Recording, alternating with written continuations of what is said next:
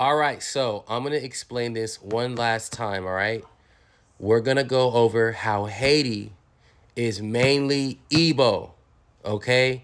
Haiti is mainly Igbo. I know there's a lot of people trying to say that, no, they're not mainly Igbo, they're this, they're that. No, we're going to talk about the connection between Igbo land and Haiti.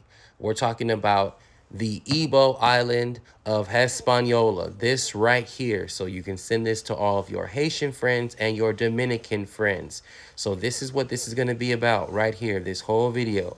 So in earlier videos, I described how the impact of war, the impact of the slave trade, and the impact of territorial disputes affected Biafra. Biafra is all of this in the red, okay?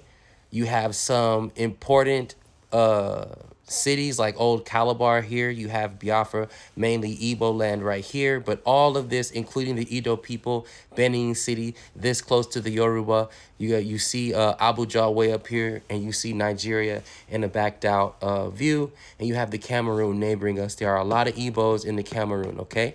So you have the IGBO people. You also have the Igbo people here. You have the Edjaw people right here. So you see some of the linguistic representation of Igbo land. Not every single language, but they are represented. So again, we're going over how these people here became these people here.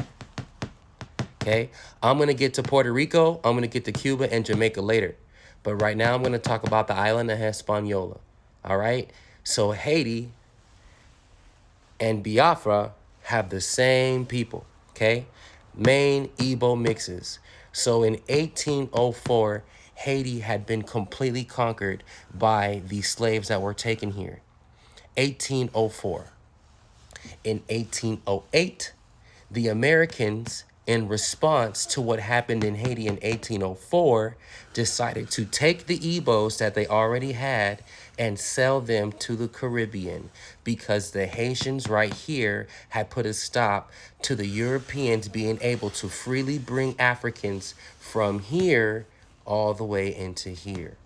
So because Haiti in its location and its power had affected the Spaniards' ability to trade slaves in the Greater Antilles, the English, okay, that were up here in the South at the time, decided that, look, we're going to cut a deal with the Spanish so that the Spanish can continue to fill the slave trade slots that were being affected because the Haitians, after winning against France, also won against the Spanish. Right now, we're going to get a close-up of the Spanish domination of the Caribbean. So at the time, the Spanish had control of a great deal of the islands. They controlled it via the slave trade economy. Once the Haitians had completely stopped the slave trade over the island of Hispaniola, that affected the ability for Cuba to get slaves, which affected the ability for Jamaica to get slaves, which affected the ability for all the islands to effectively translate the slaves from island to island. So then the Spaniards and the English come together about what to do about this. And this is where America itself shows its independence from England. By now, 1776 has passed, and these are independent Americans who are looking to make a name for themselves, so they gotta cut deals, they gotta work with other empires. So the first thing that they do on the eve of 1804 is they start to develop the intra-American slave trade. They were already producing a mass amount of Igbos. The reason why they didn't need England anymore is because they were already producing a massive amount of Igbo slaves in Virginia and spreading them across the states. So they didn't need to go to Africa anymore. They were birthing their own slaves here. And with the amount of Igbos that they had so many that they decided to open their own slave market in the Caribbean in a response to the Haitians overthrowing the transatlantic slave trade. So this is why, this being the first black country after America to exist, is that influential when it comes with the history of Black America. It started on this island as far as Black America. The black people here are mainly Igbos here because these people here, as they died, were replaced by the Igbos coming from here. The Igbos coming from here are the same Igbos who eventually took over the entire island. They stopped the slave trade. Once the slave trade was stopped here, the Americans were able to sell even more Igbos to Cuba, which continued to trade slaves until 1888. So even though they banned the slave trade in 1808, it was the Atlantic slave trade that got banned and the intra-American in 1808 that began. This is how Cuba was continuously getting slaves until 1888. They were provided mainly from the Igbo crop here, much like the rest of the Caribbean. And I'm going to get to how Cuba also has a lot of Igbos. So Haiti put a stop to the transatlantic slave trade.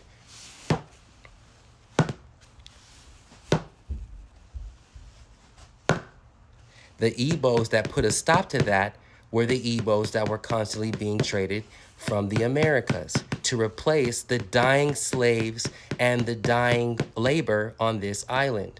So when you wonder, how are there so many Igbos in Haiti and how are there so many Igbo connections in this area? It's because these Igbos, okay, that were being bred were the Igbos that were sent to the Caribbean to replace the Africans that were being killed over the Atlantic slave trade once they would arrive malnourished, too sick, having to do backbreaking labor in backbreaking environments, drowning, being poisoned, being killed for whatever reason, would eventually get replaced. Instead of having to take a 6-month trip all the way back, you would just take whatever short trip you had to come up to Florida, to come up to Georgia, to the Carolinas, and get you an Igbo and come right back.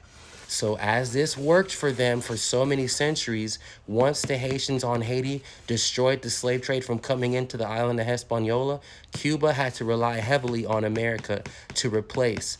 Jamaica had to rely heavily on America. So even though the cultural impact of some of the other tribes in West Africa exists, they exist because the Igbo influences allowed it to. But we were led out of these things that were called the slave trade by the Igbos that were sent here from the Americas to replace the death rate that was extremely high.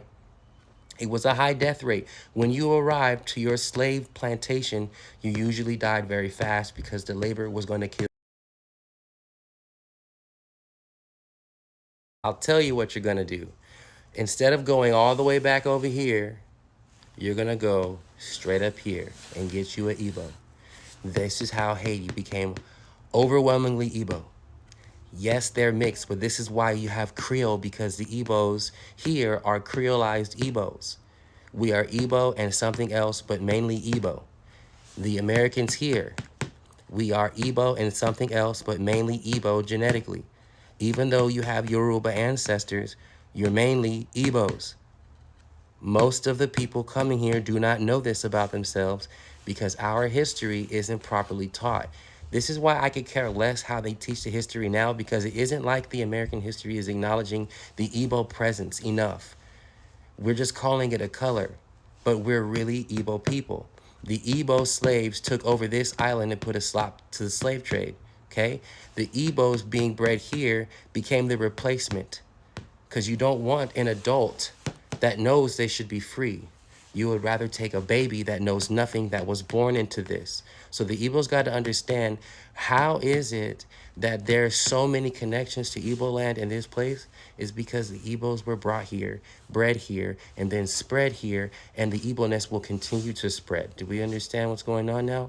Haiti is a realization of what Biafra was going to be, and look at what they did. They overtook the island, took 2/3 of it, and now they speak Spanish and they speak Creole, but they never left the island. This is still Igbo Island.